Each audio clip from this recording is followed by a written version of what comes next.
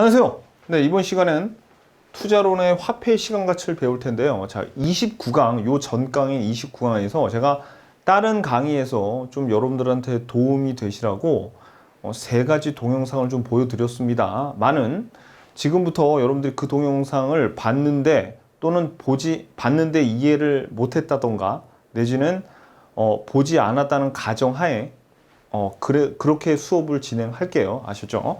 자, 그러면 오늘 배울 내용 중에서 중요한 게 포인트가 이거예요. 우리가, 화폐 시간하고 관련되어 있는 내용이 요 6가지가 있거든요. 근데 요 6가지의 관계 중에서 요 왼쪽에 있는 3개는 화폐의 미래 가치를 구하는 거고, 오른쪽에 있는 3개는 현재 가치를 구하는 거예요. 그러니까 이 왼쪽에 있는 3개보다 오른쪽에 있는 3개가 훨씬 중요하거든요. 근데 여러분들이 어떤 걸 아셔야 되냐면 얘네들의 관계, 역수관계가 성립하는데 요 내가계수하고 현가계수인데 일시불의 내가계수, 일시불의 현가계수는 서로 역수관계에 있어요. 그리고 연금의 내가계수와 감채기금 계수가 아직 배우지는 않았지만 역수관계에 있고, 연금의 현가계수와 저당상수가 서로 역수관계에 있다는 거, 이 역수관계를 여러분들이 좀 아셔야 됩니다. 아셨죠? 그래서 여러분들이 이제 요 6개를 좀 아셔야 되는데 얘네 3개가 훨씬 중요해요. 자, 그리고 우리가 나중에 잔금 비율과 상환 비율이라는 걸 배울 텐데 얘네 둘의 합은 1입니다. 그리고 저당상수, 여기에서 나오는 저당상수 있죠? 요거는 어느 때 써먹냐면 원금 균등 상환이 아니라 원리금 균등 상환에서 써먹는다는 거라는 거를 여러분들이 알아주셔야 됩니다. 아셨죠? 자, 그러면 여러분들한테 제가 이제 수업 들어가기 전에 하나만 좀 질문을 한번 해볼게요. 하나만. 자, 우리가 이 현재 가치란 걸 어쨌든 간단하게 생각을 하면, 만약에 여러분 친구한테 여러분들이 돈을 600만 원을 빌려줬다고 치자고요. 그래서 너무 친한 친구니까 이자는 안 받는다고 치고, 자, 600만 원을 빌려드렸어요. 600만 원. 그러면 여러분들 친구가 요 600만 원이 돈이 크니까 3번에 나눠서 갚는다고 한번 생각을 해볼 때, 자, 보세요. 1년 후, 2년 후, 3년 후에 3년에 나눠서 갚는 거예요. 자, 첫 번째 이렇게 갚는 데요. 1년 후에 100만 원, 2년 후에 200만 원, 3년 후에 300만 원. 자, 그 다음에 두 번째는 똑같이 200만 원씩 이렇게 갚는 됩니다. 그리고 마지막엔 세 번째 방법은 300만 원 먼저 갚고 200만 원 먼저 갚고 100만 원 먼저 갚는 돼요. 그럼 방법 1, 방법 2, 방법 3이 있는데, 여러분들은 돈 받을 때 3개 중에서 어느 걸 받는 게 더 유리하겠어요? 그렇죠? 여기서 일단 1번이라고 대답하신 분들 좀 심각합니다. 그러니까 주식 투자 같은 거 하시면 안 돼요. 2번도 마찬가지고. 답은 뭡니까? 3번이에요, 3번. 먼저 돈을 받아야 됩니다. 먼저 돈. 왜냐면 한번 생각을 해보세요. 그 친구한테 이자는 안 받더라도 예를 들어서 여러분들이 봐봐요. 먼저 돈을 좀 많이 받죠. 그럼 이 돈 가지고 은행에 예금을 여러분들이 받아가지고 은행에 예금했다고 쳐봐요. 여긴 300만 원 이자가 붙죠. 200만 원 이자 붙고 100만 원 이자 붙잖아요. 그러니까 어떻게 해요? 그렇죠? 똑같은 돈이라도 이 돈은 뭐 다른 이유도 많지만 이자가 붙기 때문에 현재의 200만 원이 1년 후에 200만 원보다 더 가치가 큰 겁니다. 왜? 얘를 가만히 은행에 넣어놔도 이자가 붙기 때문에. 그죠? 근데 지금 봐봐요. 얘네 같은 경우에는 그러면 똑같은 시점에서는 금액이 큰 게 좋다는 겁니다. 그러니까 돈 빌렸을 때는 처음에 많이 갚으라고 하는 쪽이, 여러분들이 돈을 빌려줬으면 여러분들이 대출자라면은 돈을 빨리 갚으라고 하는 게, 그게 여러분들에게 유리한 거예요. 아셨죠? 자, 그래서 이제 요런 얘기를 할 겁니다. 그게 화폐의 현재 가치예요. 그러면 보세요. 우리가 이제부터 나오는데 여러분들이 가진 돈이 100원이래요. 그래서 이 100원을 가지고, 그러니까 현재 100원 가졌죠. 근데 이자율이 10%래. 이자율이 10%일 이때 요 100원을 1년 후에 이자가 붙은 금액이 얼마예요? 이렇게 물어보죠. 그러면 여러분들은 우리는 단리가 있고 복리가 있어요. 이자를 붙이는데 우리는 단리는 없습니다. 그냥 복리만 생각하시면 돼요. 그럼 복리는 어떻게 계산하냐면 여러분들이 그냥 이거 이유 같은 거 상관없이 기계적으로 외우셔야 돼요. 자, 여러분들이 가진 돈 100원 있죠? 요 100원에다가 1을 무조건 써줘요. 거기에다가 여러분들이 지금 받으려는 이자율 10%죠. 그러니까 요 0.1이죠. 요거에다가 지금 1년 예금한다 그랬잖아요. 연도 몇 년인지 1년 요런 식으로 구하면 돼. 그러면 현재 가진 돈 100원에 이자율 10%에 3년 예금한다 그러면 이자 얼마 붙을까요? 그러면 여기에다가 요 연도를 3으로 이렇게 그러니까 1 이런 거예요. 100 곱하기 1 플러스 0.1, 1 플러스 0.1, 1 플러스 0.1을 이렇게 3번을 곱하는 게 요거를 3번을 곱하는 게 여기다 3승이 되는 거예요. 이렇게 구하는 거예요. 그러니까 기계적으로 그냥 이렇게 구해야 돼. 아셨죠? 자, 다시 연습 한번 해볼까요? 이번에는 여러분들이 예금을 하는데 가진 돈이 50원이래요. 그리고 이자율이 2%래. 그리고 5년 동안 예금하면 50원이 얼마 되는가 이거 한번 구해보세요 라고 하면 여러분들 어떻게 구하면 되면 여러분들이 가진 게 50원이죠. 돈이 50원이야. 그죠? 거기에다가 1에다가 이자율이 몇 %래요? 2%죠? 그러니까 0.0이고 몇 번을 곱해야 돼? 연도가 5년이니까 5승. 이렇게 구하면 돼요. 기계적으로. 아셨죠? 오케이. 됐습니다. 그냥 일단은 기계적으로 손이 먼저 따라가면 뭐 이유는 나중에 알게 되더라도 문제는 풀 수 있게 됩니다. 자, 봐봐요. 그러면 지금 이 상태에서 요거 100원에 이자율 10%를 예금을 하면 미래 1년 후에 이거는 얼마가 돼서 우리에게 찾아오겠어요? 미래 1년 후에 얘는 요 식을 따져보면 어떻게 해요? 그렇죠.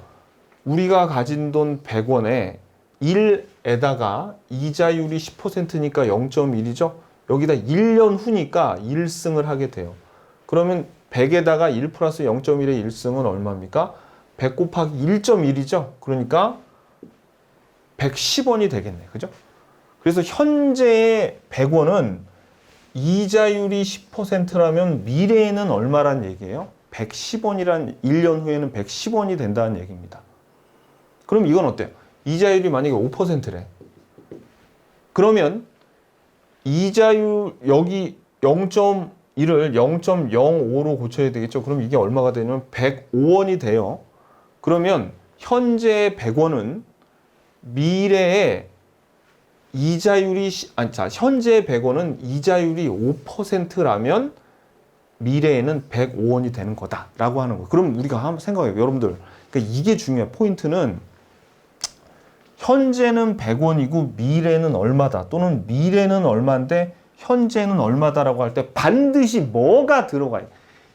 무슨 율인 이자율이 얼마라는 게 있어야지 이게 미래에 얼마인지가 결정이 된다는 얘기예요. 무슨 얘기인지 아시겠죠? 그러니까 미래와 현재를 비교할 때는 반드시 요 이자율이 얼마인지가 나와야지 정해진다는 얘기예요. 미래의 가치가. 오케이, 됐습니다. 자, 그러면 봐봐요. 요거고 그 다음에 이제 우리가 이렇게 한번 생각해 보자고요. 미래의 110원이 그러면 다시 이거를 1년 전의 가치로 돌리려면 이자율이 뭘로? 이자율이 만약에 10%라고 할 때 그때는 어떻게 하느냐? 그때는 이것도 기계적으로 봐봐요. 요거를 100을 요걸로 곱해줬죠. 그러면 여기 이자를 곱하는 게 이자를 붙이는 거 아니었습니까? 그럼 이자를 빼주려면 어떻게 돼요? 요거를 그냥 나눠주면 되는 거예요. 나눠주면. 기계적으로. 그러니까 미래로 보낼 때는 요거를 0.1을 더 1 플러스 0.1을 곱해주고, 그죠? 요거를 과거로 다시 현재로 돌리려면 어떻게 해야 된다? 요거를 나눠주면 돼. 다시 깨끗하게 보자고. 깨끗하게. 즉 무슨 얘기냐? 자, 우리가 요 공식 있잖아요. 요 공식. 요거 곱하는 거, 요 놈을 곱하는 거는 미래로 보내는 거야. 근데 요 놈을 요 돈으로 나눠주죠? 요거를 이걸로 나눠주죠? 그러면 어떻게 돼? 과거로 다시 돌아오는 거예요. 1년 전으로. 무슨 뜻인지 아시겠죠? 그러면 보세요. 여기 있던 100원을 미래로 보내면 이자가 붙기 때문에 얘네들의 크기는 증가하죠?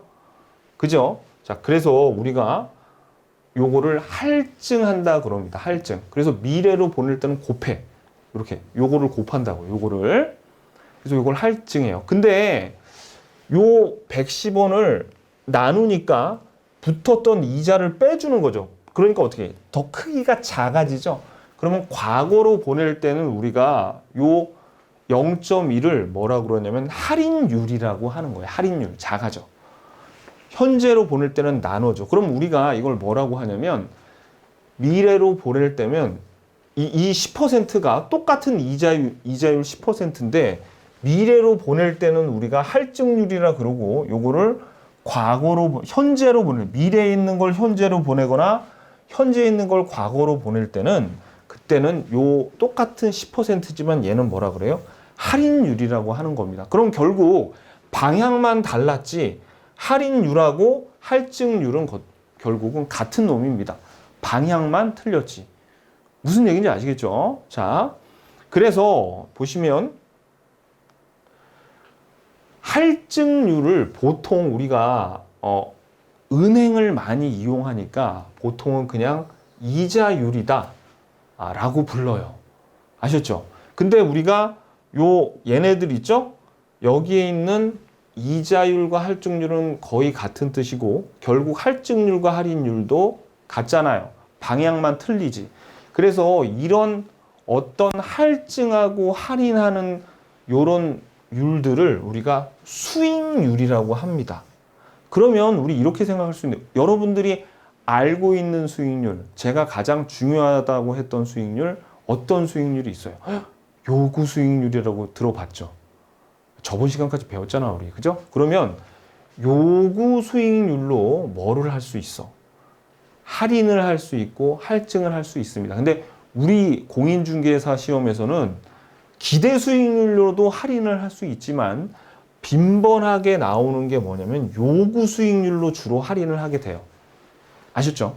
대부분 다 요구 수익률로 할인을 하는 내용이 이제 앞으로 나올 겁니다. 자, 근데 일단은 중요한 게 여기서 뭘 아셔야 되냐면 어떻게 미래에 있던 걸 현재로 보낼 때는 어떻게 해야 돼요? 그렇죠. 나눠줘야 돼.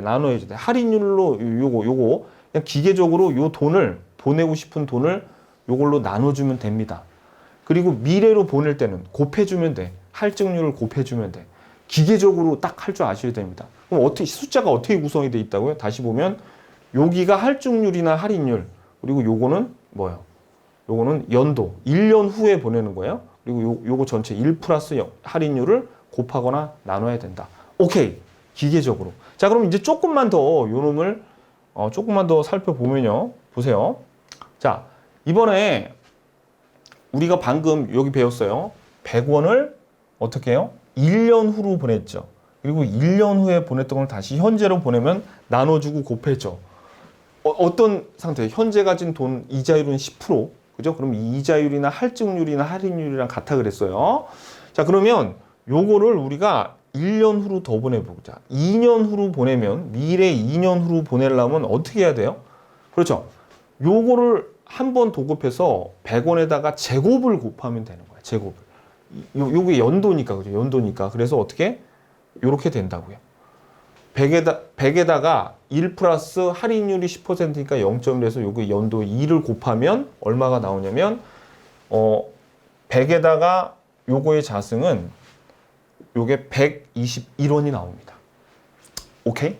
자, 그럼 이번에는 121원을 1년 뒤로만 이렇게 할인을 하려면 어떻게 하면 되냐면 이렇게 하면 돼요. 1 플러스 0.1에 1년 뒤로만 보내는 거죠.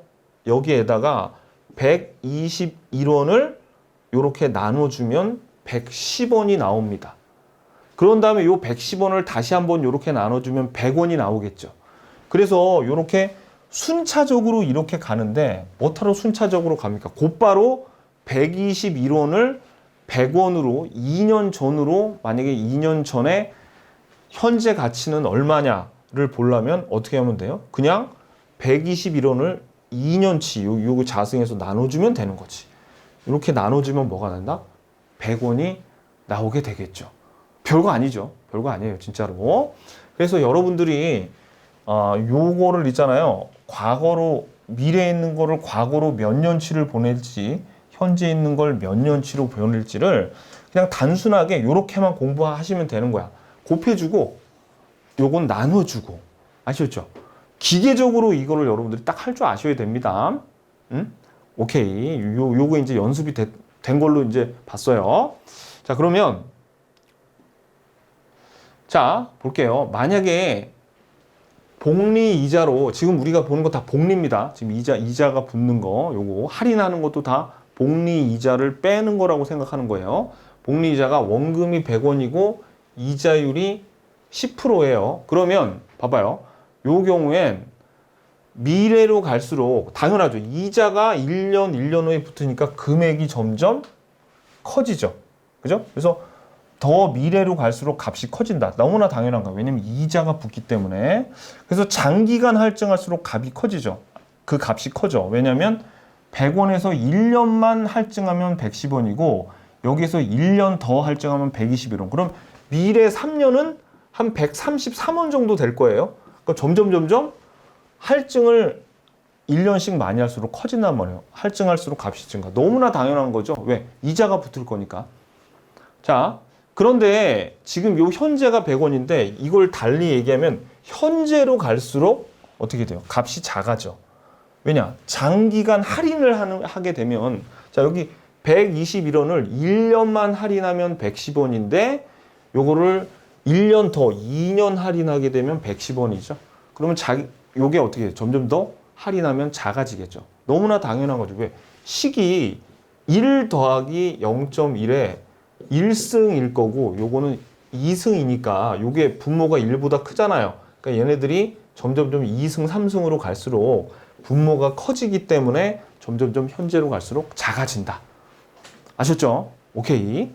자, 그 다음에 이번에는 보세요.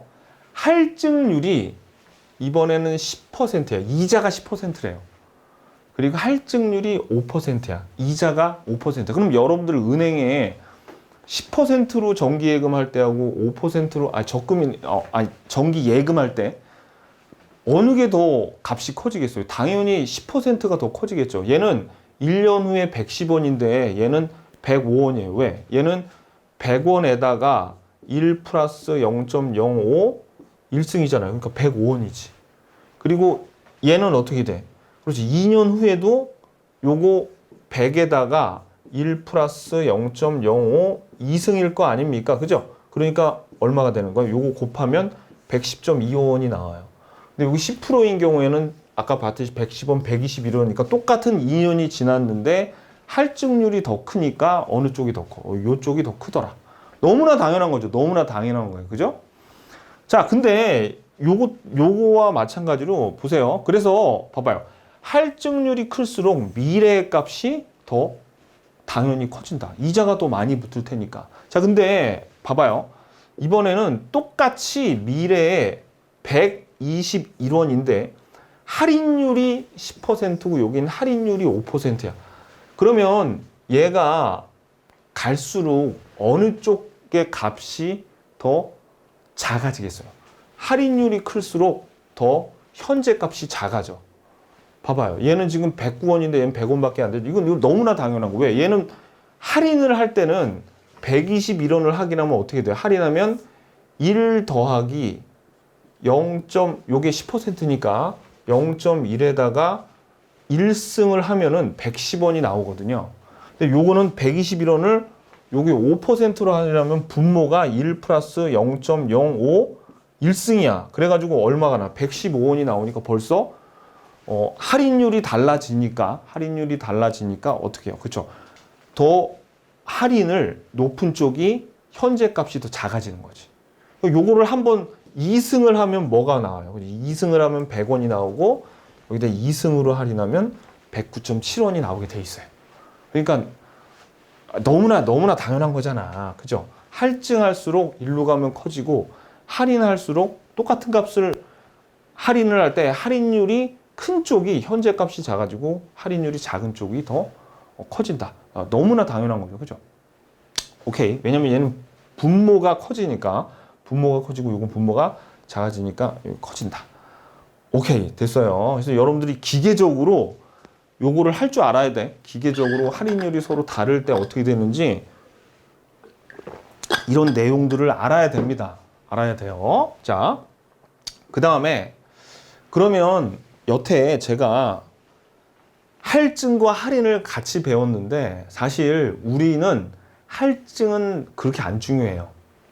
우리 시험은 할인, 뭐 회계건 뭐건 간에 할인이 훨씬 중요합니다. 할인이. 그러면 할인을 왜 한가? 라는 걸 물어보려면 왜 도대체 현재 가치를 구하지? 라는 걸 물어볼 거예요. 그러려면 뭐를 하기 위해서냐면 미래의 돈과 미래 1년 후의 돈과 지금 현재의 돈의 크기를 서로 비교하려고 하는 겁니다. 크기를 비교하려고. 크기를 왜 비교해요? 투자하려고, 투자. 지금 나가는 돈보다 미래에 들어올 돈이 더 많죠. 그러면 투자하겠죠. 그러면 요 경우에는 투자한단 말이에요. 근데 요 돈이랑 요 돈이랑 이렇게 현재 나가는 돈이 미래에 들어올 돈보다 작으면은 투자를 안 하니까 사실 우리가 투자론에서 이걸 배우잖아요, 지금. 왜? 그렇죠. 투자하기 위해서.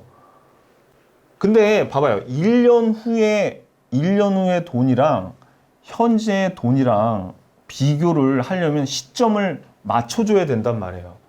그러니까 이런 거예요. 지금 2002년에 우리 월드컵 선수들하고 2020년도에 우리 월드컵 선수들하고 비교가 가능해, 안 해?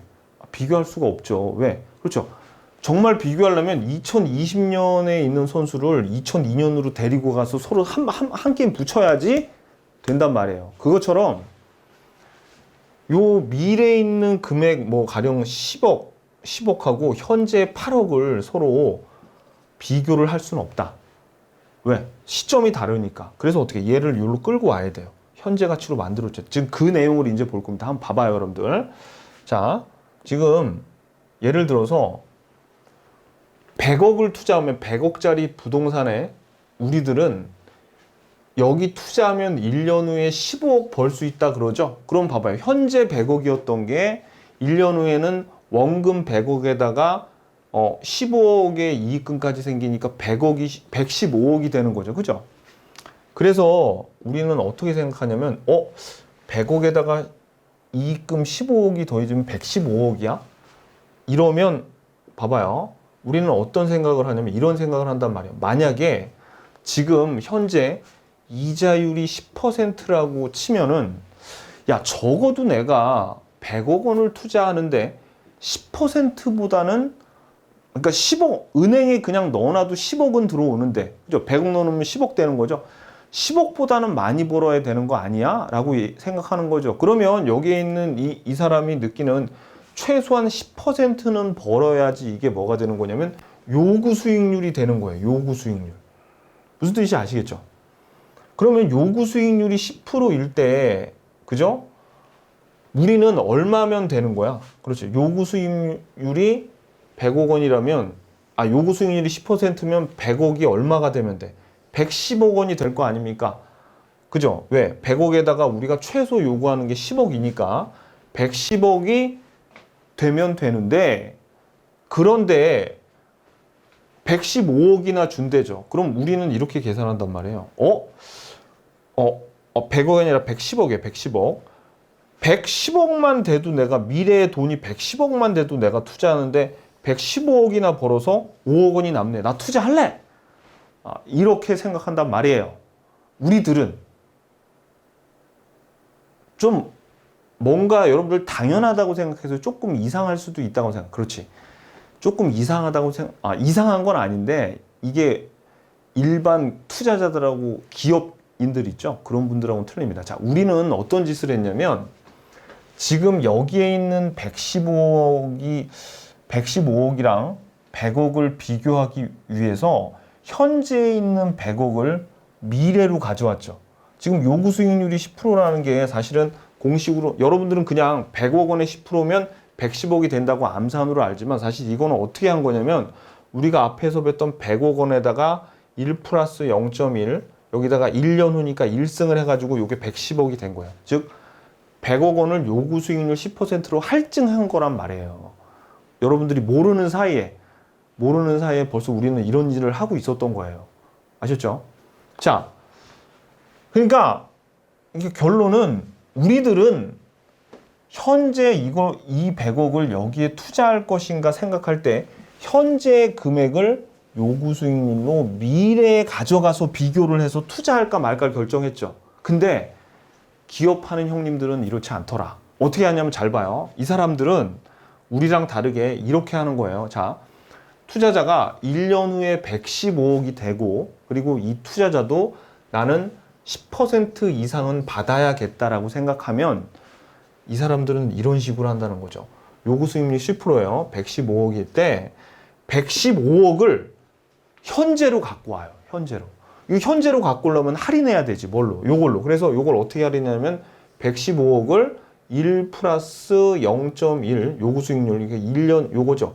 요렇게 나눠주더라. 그러면 정확하게는 안 떨어지지만 한 111억 원 나옵니다.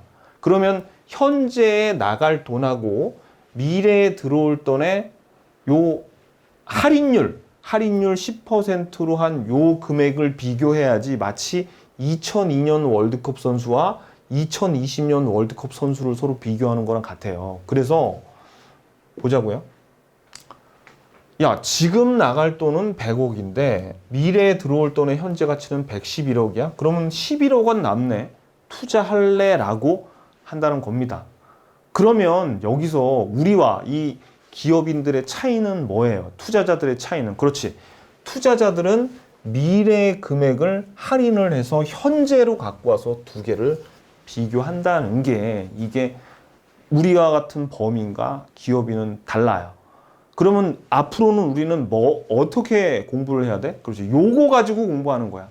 그래가지고 앞으로 계속 현재 가치를 미래에 들어올 돈을 현재 가치로 나온다고. 그러면 자, 앞으로 어떤 내용이 나오냐면 이런 내용이 나올 겁니다. 어떤 내용이 나올 거냐? 자, 우리 부동산을 투자했을 때 미래에 들어올 돈 있어요? 어떤 거 들어와? 그렇죠. 임대료 들어오겠죠. 그리고 가령 100억짜리 부동산이 115억으로 뭐 가격이 오랐을 때 그 소득, 임대료에서 들어오는 소득 이득과 미래에 그 부동산을 팔았을 때 그 차익인 자본 이득 같은 게 미래에 들어오잖아요. 그러니까 그 미래에 들어올 임대료하고 자본 이득, 시세 차익, 소득 이득과 자본 이득, 시세 차익을 미래에 들어오니까 얘네들을 현재 가치로 만들어 준 다음에 지금 이 부동산이 100억인데 살까 말까를 얘네들의 현재 가치하고 서로 비교하는 거야. 근데 이 현재 가치를 비교하려면 뭐를 알아야겠어? 자기의 요구 수익률을 정확하게 알아야 된다는 얘기예요. 무슨 뜻인지 아시겠죠? 요 얘기가 어디 나오냐면 우리 사실은 다음 시간에 요게 MPV하고 내부 수익률 나오는데 그때 나오는 얘기를 제가 미리 하는 겁니다. 그때 가서는 제가 설명 안 드려요. 이렇게까지 자세하게. 그러니까 이게 이런 원리예요. 우리가 현재 가치를 구하는 거. 이걸 알아야지 여러분들이 공부를 왜 하는지를 알 수 있다는 얘기입니다. 무슨 얘기인지 아시겠죠? 오케이, 요거. 자, 그래서 현재 가치는 이것 때문에 하는 건데, 자, 그러면 이제 우리가 화폐 시간, 일단은 현재 가치를 왜 구하는지 아는 게 제일 중요해. 안 그러면 여러분들이 공부하는데 그냥 뭐 허침 쓰는 거랑 같아요. 그러면 지금까지 배운 내용 결론을 한번 내리면 첫 번째, 그렇죠. 우리 손으로 그냥 할 줄 알아야 돼요. 미래로 돈을 보낼 때는 곱해주고, 그죠? 어떤 걸 곱했어? 우리가 미래로 보낼 때는 요거 곱해줘, 그죠? 근데 미래에 있는 걸 현재로 보낼 때는 요거를 나눠줘. 그거 기억하시고 그 다음에 현재 가치를 왜 사용해야 되는지 거기에 대해서 확실하게 이해가 됐으리라고 봅니다. 그럼 이제 교재를 보면서 나머지 그 우리가 포인트에서 봤던 얘네들 있죠? 어디 있어? 요 6가지 있죠. 얘네들의 성질에 대해서 한번 살펴보는 시간을 가져보자고요. 자, 그럼 교재 212페이지 보시면요. 화폐 시간같이 요 쌍괄호 1번부터 4번까지는 지금 제가 말씀드린 내용이 그대로 나옵니다. 한번 볼게요. 자, 보자고요. 부동산 투자 시점이, 즉 부동산을 사는 시점이죠. 그거는 현재야. 그죠? 근데 수익이 발생하는 시점은 미래죠. 왜? 임대료 미래에 들어오고 나중에 이 부동산을 좀 가격이 오르면 팔 때는 미래에 팔 거 아닙니까? 그러니까 여기에 나온 소득 이득, 임대료 자본 이득은 언제요? 미래에 발생한다고. 그러니까 미래 일정 기간마다 발생하므로 현재 비용이 뭐예요? 현재 비용이 부동산 투자하는 요 현재 미래 수익이 요거 임대료 나오는 그거를 동일한 시점으로 맞춰줘야 된다는 얘기예요. 그래서 비교를 하자는 거죠. 자, 그래서 2번 부동산 투자 여부를 결정하고자 하면 미래에 발생하는 소득이득 위에다가 임대료 그렇게 적어주세요. 임대료와 그 다음에 자본이득이 시세 차익이죠. 시세 차익에 현금 흐름이 뭐냐면은 미래에 들어올 돈이라고 보시면 됩니다. 들어올 돈, 현금 흐름을 현재 시점의 화폐 가치로 환원하여, 자, 현재 투자 비용이 뭐예요? 여기 부동산 가격이라고 적어 놓으세요. 현재 부동산 가격과 미래에 발생할 임대료와 시세 차익의 현재 가치를 둘을 비교를 해서 이게 크면은 투자하겠다는 얘기예요. 뭐 어려운 얘기가 아닙니다. 그죠? 자, 그 다음에 미래의 가치를 현재 가치로 가져오는 걸 우리가 할인이라고 했죠? 현재 가치를 미래 가치로 가져오는 것을 할증이라고 했습니다. 뭐 배운 거예요. 근데 우리가 이 경우에 뭘 사용한다? 복리를 적용한다고 했습니다. 오케이. 자, 그 다음에 자, 지금부터 우리가 요 배울 내용이 화폐 미래 가치와 현재 가치가 나오는데, 자, 봐봐요. 일단 일시불의 미래 가치가 뭐냐면 우리가 앞에서 배웠던 요거 얘기하는 겁니다. 이거 뭐 그렇죠. 돈에다가 요거 1 플러스 RN 요거 있죠. 연도 이자율 요거를 곱해 가지고 미래로 가는 거, 그거 얘기하는 게 일시불의 미래 가치예요. 그래서 공식은 이거하고, 만약에 요거는 뭐예요? 일시불의 현재 가치는 미래 가치를 현재 가치로 만들어 준다고요. 그죠? 그래서 이거는 뭘 의미하냐면 자, 요거 아까 일시불의 현재 가치 요거 나눠주는 거 이거 배웠잖아. 우리 앞에서 뭐 배웠어? 자, 앞에서 우리 제일 처음에 배운 게 이거예요. 제일 처음에 배운 게 어디 있어 이거? 여기 나오네. 여기서 현재에서 미래로 갈 때는 요거 곱해주고, 미래에서 현재 거 가져올 때는 나눠주고. 근데 여기에 있는 요 놈을 제가 말씀은 안 드렸지만 여기에 있는 게 뭐를 의미하냐면 요거를 어디 갔어? 일시불의 내가 계수라 그래요. 그리고 일시불의 현가 계수는 뭐냐면 여기 요거를 일시불의 현가 계수라 그럽니다. 그러면 요 어떤 값에다가 일시불의 내가 계수를 곱하면 여기에 나오는 것이 미래 가치고, 요 값을 현가 계수로 나눠주면 현재 가치가 나온다고요. 그러니까 제가 말씀을 안 드렸지만 요게 내가 계수고 요게 현가 계수예요. 자, 볼게요. 자, 그러면 이게 이제 무슨 얘기냐? 이제부터 하는 얘기가 무슨 얘기냐면 이겁니다. 일시불의 미래 가치라는 거를 구하려면, 아직 설명은 안 드렸지만 일시불의 내가 계수를 어떤 값에다 곱하잖아요. 어떤 값에다가 요거를 곱하면 일시불의 미래 가치가 나와요. 근데 아까 우리 뭐 곱했어요? 요거 1 플러스 RN승을 곱하니까 요게 나왔죠. 자, 이번에는 일시불의 현가 계수를 곱하잖아요. 그러면 일시불의 현재 가치를 알 수 있어. 이거는 뭘 곱했어요, 우리가? 1 플러스 RN승, 역수. 그러니까 얘네 둘은 서로 무슨 관계에 있다? 역수 관계에 있습니다. 역수 관계. 역수 관계 일만 하죠. 왜? 왜냐면 우리 여기 봤잖아요. 뭘 봐? 그렇죠. 요 놈은 요로 갈 때 써먹는 거고, 요거 나눠주는 건 요로 갈 때 써먹는 거니까 서로 역수 관계라고. 그래서 식은 여러분들이 요거만 알고 계시면 됩니다. 지금 우리 그래서 요식하고 방금 전에 자 우리 교재에서 보던 거 요거는 1 플러스 R n승, 요거는 1 플러스 R n승분의 1. 요식만 두 개만 알고 나머지는 안 해도 돼요. 그리고 얘네들은 서로 무슨 관계야? 역수 관계에 있다. 자, 그럼 아직 배우지는 않았지만 연금의 미래 가치는 구하려면 연금의 내가 계수를 곱해줘야지 연금의 미래 가치가 나오고요. 그 다음에 연금의 현재 가치는 연금의 현가 계수를 곱해줘야지 연금의 현재 가치가 나와요. 그리고 감채기금 계수라는 게 있는데 얘네 둘이 연금의 내가 계수와 감채기금 계수가 서로 역수 관계에 있고 그 다음에 연금의 현가 계수와 저당 상수가 서로 역수 관계에 있습니다. 그래서 역수 관계를 여러분들이 알아야 돼요. 역수 관계를. 아셨죠? 자, 그러면 이제 요 일시불의 미래 가치부터 요 순서대로 제가 설명을 드립니다. 순서를 바꾸면 안 돼요, 여러분들. 그러면 일시불이란 말이 나오고 연금이라는 게 나오는데 일시불은 뭐냐면 이거예요. 한 번. 자, 우리 여러분들 예금하고 적금하고 차이점이 뭐예요?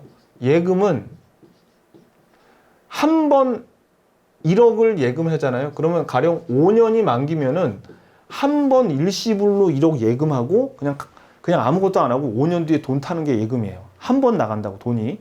근데 적금은 연금이에요. 연금은 뭐냐면 1년 후에 1,000만 원, 2년 후에 1,000만 원, 3년 후에 적금한 거를 연속된 금액을 똑같은 금액이에요. 크기가 똑같은 금액을 더하건 그게 계속 나가는 걸 우리가 연속된 금액, 연금이라 그럽니다. 아셨죠? 자, 그러면 일단 지금 화폐 현재 가치 3가지와 미래 가치 3개가 나오는데 미래 가치부터 먼저 보고 그 다음에 현재 가치를 볼게요. 중요한 건 현재 가치가 훨씬 중요합니다. 얘보다. 자, 그럼 미래 가치. 일시불의 미래 가치는 뭐냐면 이거예요. 봐봐요, 여러분들. 자, 이거 다시 가야겠네. 다시 가면 자, 그렇지. 일시불의 미래 가치. 이거는 뭐냐면은 우리가 현재 알고 있는 값은 뭘 알고 있냐면 현재의 가령 1억을 알고 있어요.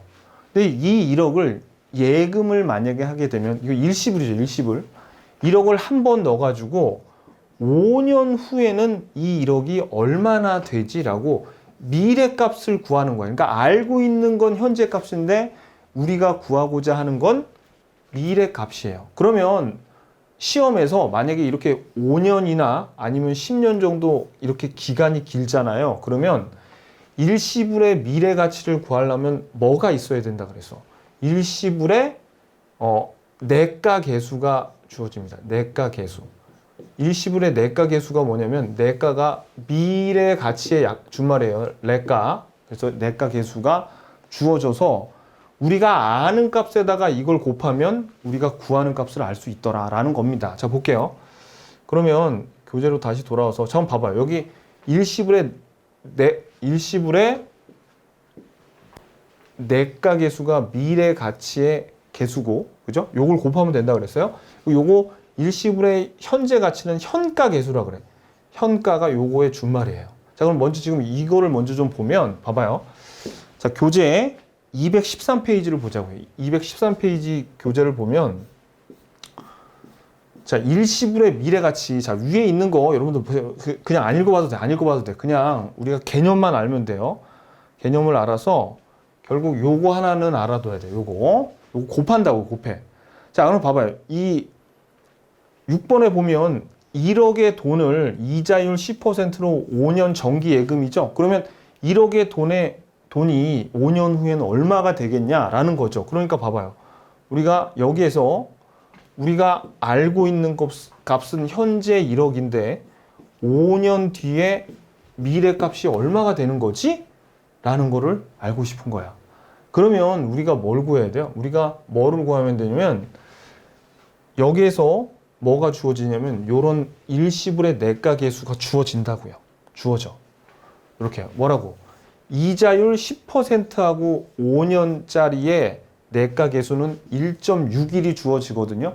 그럼 우리가 알고 있는 금액은 1억이죠? 1억을 요 내과 계수에 곱해 주잖아요. 그러면 뭐가 나온다? 그러면 1.616이 되는 거예요. 그럼 5년 후에는 1.616이 됩니다. 이렇게 된다는 겁니다. 자, 그런데 이렇게 5년씩 되는 거는 사실은 이거 우리 구하려면 어떻게 구해야 되냐면 계산을 하면 요게 1억에다가 1 더하기 0.1이죠. 이자율 10%니까 여기다 5승 이렇게 구해야 되는데 우리가 이게 한 번 정도 나오긴 했는데 웬만하면 5번 곱하게 안 만들어요. 그래서 보통 2년이나 3년짜리가 나오면 우리가 실제로 이렇게 구해야 됩니다. 봐봐요. 이렇게 하면 이게 1.61이 나와요. 자, 근데 요거는 이번에는 좀 5년이 아니라 비교적 짧은 2년이 주어지면은 그때는 일시불의 내과 계수를 우리가 직접 구하도록 해요. 시험 문제에서. 그럼 어떻게 해? 얘네들이 우리에게 주는 건 우리가 알고 있는 금액 1억과 그 다음에 이자율 주고 2년을 줍니다. 그럼 우리 이거 어떻게 구해요? 1억에다가 1 플러스 0.1에다가 2년이니까 2승이죠. 그럼 1.1을 두 번 곱하면 1.21이 나와요. 그래서 1억에다가 1.1에서 2.22억이 되게 이렇게 짧은 연수는 요거 미래 가치는 구할 줄 알아야 돼. 일시불의 미래 가치는 구할 줄 알아야 돼요. 자, 그래서 일수가 아니야. 요거 일시불입니다. 일시불. 요거 고쳐야 되겠네. 무슨 일수 찍는 것도 아니고 일시불이에요. 요거 고쳐야지 나중에. 그래서 요거는 역수관계. 우리가 방금 봤죠. 역수관계라는 거. 자, 형과계수 뭐와 역수관계예요? 요 놈들. 그래서 이 뒤로 갈까요? 뒤로? 요 놈하고 역수관계지. 형과계수. 요가 역수. 요거는 뭐였는데? 요거는 방금 전에 1 플러스 RN이었고 요거는 1 플러스 RN의 요거였어요. 요거. 우리가 앞에서도 구해봤고. 오케이. 자, 그러면 이번에는 일시불의 미래가치 봤으니까 연금의 미래가치 한번 볼게요. 연금의 미래가치. 그럼 연금의 미래가치는 뭐냐면 몇 페이지 보시냐면 자, 214페이지 보시면 되는데 요것도 그림으로 먼저 개념을 잡아야 돼요. 자, 그럼 일시불의 미래가치는 한 번, 일시불이니까 한 번 돈이 요건 알고 있는데 미래가 얼마가 되지? 요건데 연금의 미래가치는 이거예요. 예를 들어서 적금을 1,000만 원씩 요렇게 4번을 일정하게 연금이죠.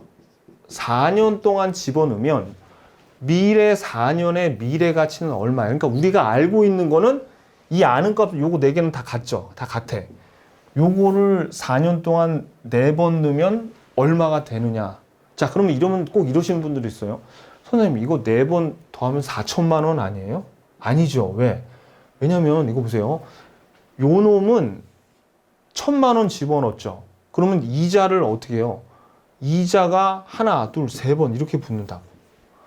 얘 같은 경우에는 이자가 한 번, 2번 붙죠. 얘는 이자 한 번 붙고 얘는 이자 안 붙고 뭐 그런 식으로 각각의 값이 다 1,000만 원보다 커지게 돼 있어. 그러니까 여기는 4천만 원보다 더 커야 돼. 이 네 개의 합보다. 그래서 한 뭐 5천 얼마, 5천만 얼마 이렇게 된다고. 그러면 자, 이것도 마찬가지예요. 우리가 아는 값은 1,000만 원이야. 근데 우리가 모르는 값은 이거죠. 그러면 뭐를 구해야 돼? 아니, 뭐를 우리에게 주어지냐면 시험 문제에서 연금의 내과 계수를 주어져요. 그럼 1,000만 원에 그걸 곱하면 돼요. 자, 한번 볼까요? 자, 요거를 우리가 보면 자, 시험 문제 이제 싼 거는 6번을 보자고요. 6번 214페이지에 봐봐요. 여기 10년이야, 10년. 10년 동안 매년 1,000만 원씩을 정기 적금한대. 정기 적금. 그러면 10년 후에 얼마가 되겠느냐 이러면 10년 그리고 얘네들 10%예요. 10%라고 여기 주어졌어야 돼. 10%의 10년이면 연금의 내과 계수가 15.93이라는 걸 주어집니다. 우리 시험에서 주어져요.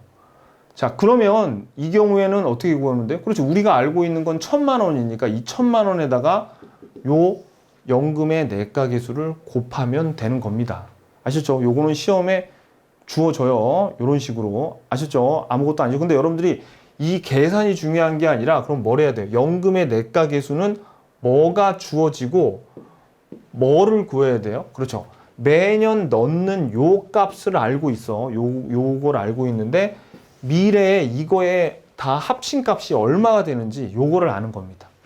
그걸 구하려면 연금의 내가계수가 주어질 거예요. 아셨죠? 오케이. 자, 근데 봐봐요. 이게 연금의 미래가치인데 감채기금 계수는 연금의 미래가치하고 역수라 그랬죠. 그러면 감채기금 계수는 이거랑 반대로 뭐냐면 우리가 미래 가치가 얼마인지는 알아. 미래 가령 2억을 만들려면 매년마다 10년 동안 얼마씩을 적금을 해야지 요 2억이 나올까예요. 그러니까 연금의 미래 가치는 얘 얼마씩 넣는가는 아는데 요거를 몰라. 근데 역수인 감채기금 계수는 요거는 아는데 이거를 몰라요. 그러니까 봐봐. 자, 봐봐요. 감채기금 계수는 반대죠? 이걸 알아. 예를 들어서 10년 후에 2억을 만들려면 매년 얼마씩 적립을 해야 돼? 라는 걸 물어봐요. 그럼 이것도 마찬가지입니다. 요 미래 가치의 2억을 알고 있죠? 그럼 시험에는 뭐가 주어져? 감채기금 계수가 우리에게 주어지겠죠. 그러면 요거를 곱하면 뭐가 나온다? 매년마다 적립해야 되는 값이 나오게 돼 있어요. 자, 그럼 우리 한번 볼게요. 요것도 215페이지 보면, 자, 여기 보면은 연금의 내가계수 이런 거 외우는 거 아닙니다. 그냥 이거 넘어가시고 이렇게 위에 있는 거 그냥 보지 마세요. 보면 더 헷갈려. 이런 거 제가 칸에 넣어놨지만 보는 거 아니에요. 시험 문제 이런 거 안 나옵니다. 이런 거 예전에 나왔는데 걔네들 다 정신병원으로 갔어요. 이런 거 내는 거 아니야. 정신이 나가지 않는 이상 이런 거 내면은 정신이 나간 사람입니다. 아셨죠? 자, 그럼 볼게요. 자기네들도 못 외울 거예요. 출제위원 그때 냈던 사람들 자기네들도 못 외운다고 나중에 양심선언을 했어요. 그래서 안 낼 거예요. 자, 그럼 볼게요. 요거는, 자, 요것도 문제를 봐봐요. 봐봐. 자, 10년 후에 노후자금, 봐. 자, 10년 후에 노후자금 1억 만드는댔죠? 그러면 이자율 10%로 얼마씩 매년 10년 동안 납부해야 되느냐? 그러면 감채기금 계수가 주어진단 말이에요. 10%에 10년은 0.0627이니까 우리가 아는 거는 요 1억이죠. 1억에다가 요거 곱하면 즉 뭐에다 1억에다가 아까 감채기금 계수 곱하면 요게 나오는 거야. 요게. 그래서 얼마씩 부어야 돼? 얼마씩 620만 원 정도 부으면 된다는 겁니다. 근데 여러분들이 주의하실 게 시험 문제에 이렇게 나올 수 있어요. 여기에 감채기금 계수를 주는 게 아니라 여기에다 뭘 줄 수 있냐면 연금의 내가계수를 줄 수 있어. 그럼 연금의 내가계수를 주면 이거의 역수가 뭐가 되는 거예요? 감채기금 계수가 되겠죠. 이런 식으로 시험 문제 잘 냅니다. 요거 꼭 기억하셔야 돼요. 요거 역수관계를 알고 있어야 돼. 아셨죠? 자, 그래서 다시 한번 정리해 볼게요. 우리가 미래 가치는 일시불의 미래 가치는 뭘 알고 있어? 현재 가치를 알고 있는데 일시불의 내가계수를 곱해주면 우리가 구하는 미래 가치가 나와요. 그러니까 이자가 붙으니까 당연히 요 네모의 사이즈는 이자가 붙으니까 미래에 더 커지기 때문에 이걸 크게 그린 거예요. 아셨죠? 자, 그 다음에 연금의 미래 가치는 어떻습니까? 연금의 미래 가치는 우리가 요 얼마씩 현재 붙는 요 값을 알고 있는데 요거를 다 연금으로 부었을 때 미래에 얼마가 나오는 거지? 라는 거를 알고 싶은 거야. 그러려면 요 아는 값에다가 연금의 내가계수를 곱해주면 된다. 반대로 감채기금 계수는 우리가 이미 미래에 쌓아놓을 금액이 얼마인지 아는 상태에서 얼마씩을 적립해야 되는가 요거를 구하는 거예요. 그러니까 이 개념을 아는 게 중요해요. 뭐 공식 같은 거 외우는 거 하나도 안 중요해. 아셨죠? 오케이, 됐어요. 자, 그 다음에 이번에는 중요한, 자, 화폐 현재 가치가 훨씬 중요한데 일시불의 현재 가치의 공식 이 정도는 알아줘야 돼요. 요거만 외우면 된다. 요거만. 그래서 실제로 구할 줄 아셔야 돼요. 그래서 2년짜리도 앞에서 한번 구하고 1년짜리도 이렇게 현재 가치로 만들 줄 아셔야 됩니다. 그럼 이것도 마찬가지입니다. 봐봐요. 자, 이거는 뭐냐면 10년 후에 2억이래. 10년 후에 2억이래요. 그러면 지금 이게 현재인데 쭉 가서 10년 후가 2억이 돼요. 그러면 이 2억을 뭘로?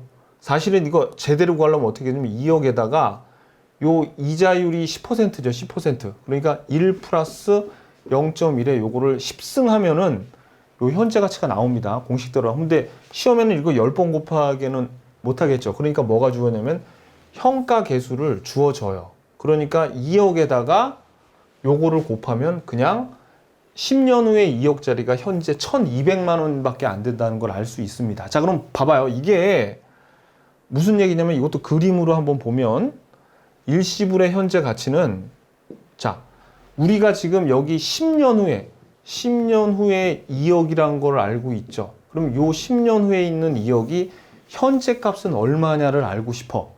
그러면 아까 뭐가 주었어요? 일시불의 현가 계수가 주어졌죠? 그게 뭐였어요?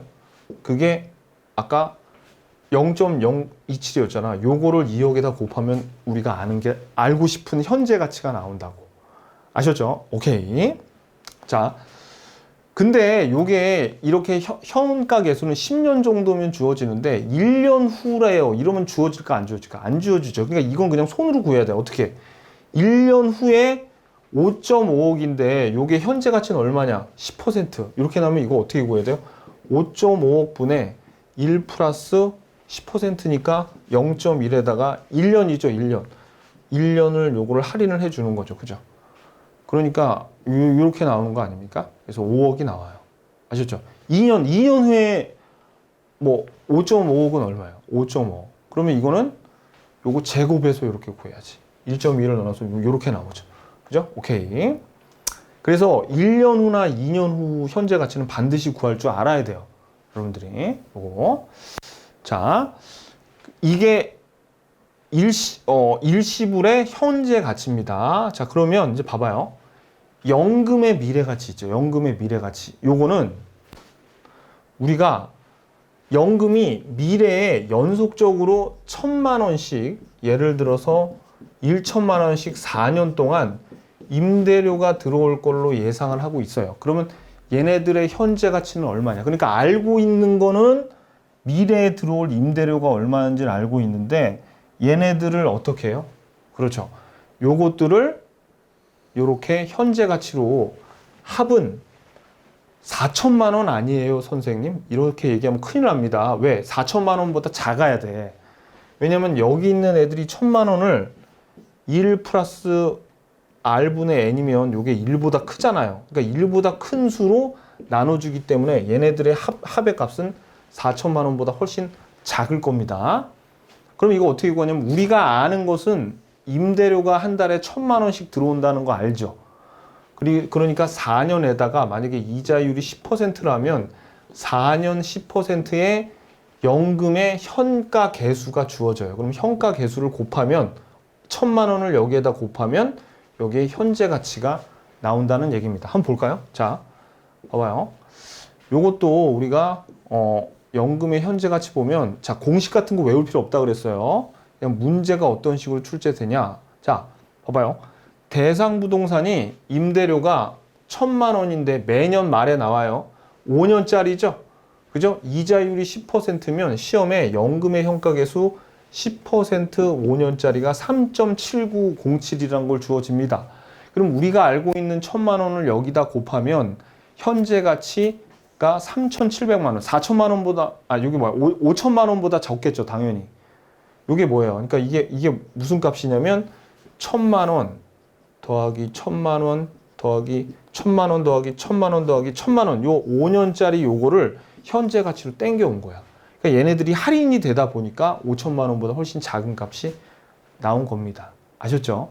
근데 5년 정도 되면은 이렇게 손으로 구하라고 안 하고 연금의 현가계수를 주는데 만약에 2년치죠, 2년치. 그러면 이거는 어떻게 해줘요? 이거는 우리가 구할 수 있어야 됩니다. 그럼 어떻게 구해요? 이거 봐봐요. 임대료가 1,000만 원에다가 2년치의 임대료인데 이자율 10%죠. 이러면 어떻게 구해? 그렇죠. 이렇게 구하는 거예요. 자, 1,000만 원 나올 때 1년 후에 1,000만 원, 2년 후에 1,000만 원이니까 요거는 1 플러스 10%니까 0.1에 1승 더하기 1 플러스 0.1에 2년 후에, 그러니까 2년 할인해서 그래서 요거랑 더해요. 그러니까 이게 바로 요거야, 요거 두 개를 더해서 요걸 두 개 더하면 요 값이 뭐가 되는 거예요? 임대료의 현재 가치가 나오는 겁니다. 그러니까 요 2년치나 3년치까지는 여러분들 구할 줄 알아야 돼요. 3년치는 잘 안 나옵니다. 2년치까지는 구할 줄 알아야 돼요. 오케이. 자, 그래서 다시 한번 말씀드리지만 여기에 있는 이런 거 중요한 거 아니에요. 이거 중요한 거 아니에요. 자, 근데 한번 봐봐요. 이제는 저당 상수가 나오는데 저당 상수는 연금의 미래 가치하고 역수라 그랬죠. 그러니까 저당 상수는 만약에 집을 사려고 3억을 빌렸대요. 그럼 이 3억을 4년이나 4년 동안 얼마씩 갚아야 돼라는 거예요. 그럼 우리가 알고 있는 거는 요거죠. 그리고 모르는 값이 요거예요. 그러니까 지금 연금의 미래 가치랑 반대. 한번 볼까요? 자, 봐봐. 자, 저당 상수는 알고 있어. 그러니까 얼마씩 갚아야 나가야 되느냐. 요거를 구해야 돼. 그럼 마찬가지로 이게 4년이면은 3억을 빌렸다고 하면 4년, 그리고 이자율 10%라면 10%의 저당 상수가 지어지겠죠. 3억을 여기에다가 곱하기만 하면 요 놈이 나온다는 얘기예요. 아시죠? 그러니까 봐봐요. 저당 상수는 얘는 아는데 요 놈을 구하고 싶어. 그런데 연금의 연금의 미래 가치가 아니라 이거 잘못돼. 연금의 현재 가치, 현재 가치. 연금의 현재 가치는 요거를 알고 싶은데, 요거는 알고 있는데 요거를 몰라. 그러니까 완전히 반대지.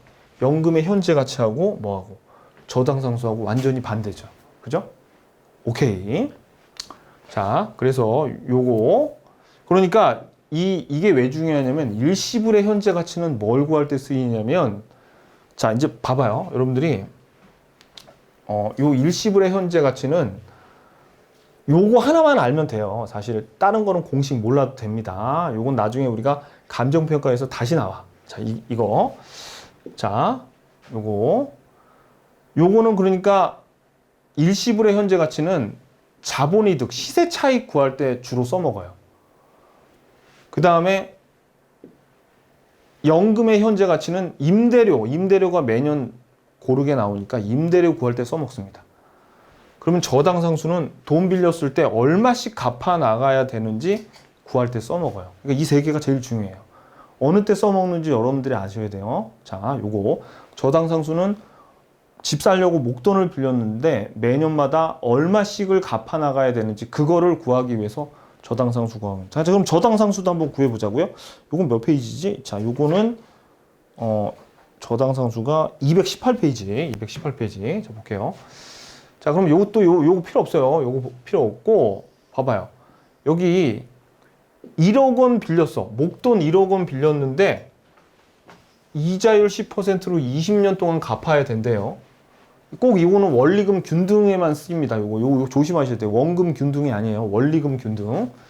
근데 매년 지급해야 될 원리금은 나오지면 저당 상수가 이렇게 주어진다고요. 자, 10% 20년, 10% 20년짜리가 0.1174래. 그러면 1억에다가 0.1174 하면은 1,100만 원씩 20년 동안 갚으면 1억 원 다 갚을 수 있습니다. 이런 공식 외울 필요 없이. 아셨죠? 자, 그래서 우리가 이제 한번 볼게요. 219페이지 보면 자, 여기 뭐 제가 표를 하나 만들었는데 여기 세 개가 미래하고 관련되어 있는 건데 한번 봐봐요. 얘네들 요 공식은 암기하시고 얘네들이 서로 역수관계라는 거 보이죠? 근데 식은 외우지 말고 역수관계라는 것만 그냥 알아두셔. 그래서 일시불의 미래가치를 구하려면 일시불에다가 일시불의 내가계수 곱해야 되고 연금의 미래가치를 알고 싶으면 연금에다가 연금의 내가계수를 곱해줘야 돼. 그 다음에 감채기금계수와 연금의 미래가치를 서로 곱하면 뭐를 알 수 있어요? 매기에 얼마나 적립해야 되는지를 알 수 있다라는 겁니다. 자, 그럼 현재 가치는 자, 이 봐봐요. 어느 때 써먹는다고? 그렇죠. 얘는 일시불의 현가계수는 자본이득 구할 때, 시세차익 구할 때 써먹는 시세차익의 현재 가치 구할 때 써먹고 연금의 현가계수는 연속적으로 나오는 임대료의 현재 가치 구할 때, 저당 상수는 목돈 빌렸을 때 얼마씩 갚아 나가야 되는지 알 때 그거 써먹는 거예요. 자, 그러면 일시불의 현가계수에서 봐봐요. 요 공식은 알아야 된다 그랬어요. 그리고 얘네들이 서로 역수관계라는 거 보이죠? 보지도 마라. 암기는 할 필요 없습니다. 공식 외울 필요 없어요. 자, 그래서 일시불의 현재 가치는 일시불에다가 일시불의 현가계수 곱하면 나오고, 연금의 현재 가치는 연금의 현가계수에다가 연금을 곱하면 나온다. 그 다음에 연금의 현재 가치의 저당 상수를 곱하면 매 기에 얼마씩 상환해야 되는지가 나온다 라는 겁니다. 오케이. 자, 그 다음에 자, 여기 역수관계 알아두세요. 요거 일시불의 내가계수와 일시불의 현가계수가 역수이고, 연금의 내가계수와 감채기금계수가 서로 역수관계, 그리고 연금의 현가계수와 저당상수가 서로 역수관계라는 거, 요거 알면 됩니다. 오케이, 됐어요. 여기까지. 여러분들 공식을 외우는 게 중요한 게 아니에요. 이걸 알아야 돼. 제가 요 그림 간의 관계 있죠? 요런 걸 아셔야 됩니다. 그래서 어느 때 써먹는지 요게 진짜 중요한 거예요. 자, 그 다음에 우리 220페이지 한번 보시면요. 뭐가 나오냐면 원금 상환과 이자 지급 나오는데, 자, 여기서 우리가 돈을 예를 들어서 100만 원을 빌렸고 이자가 10만 원 나온다고 쳐봐요. 총 이자가. 근데 이거를 10년에 나눠서 갚을 때 원금 10만 원에다가 이자 10,000원씩을 이렇게 갚잖아요. 그러면 우리가 요 갚는 10만 원을 뭐라 그러냐면 원금 상환을 한다 그러고요. 그 다음에 요거는 이자 지급을 한다 그래요. 그러면 요 원금과 이자를 합친 걸 뭐라 그러면 저당 지불액이라고 그럽니다. 매년마다 나가는 원금과 이자. 그래서 요 내용은 나중에 우리가 금융론에서 자세하게 배울 거니까 요건 그냥 넘어가세요.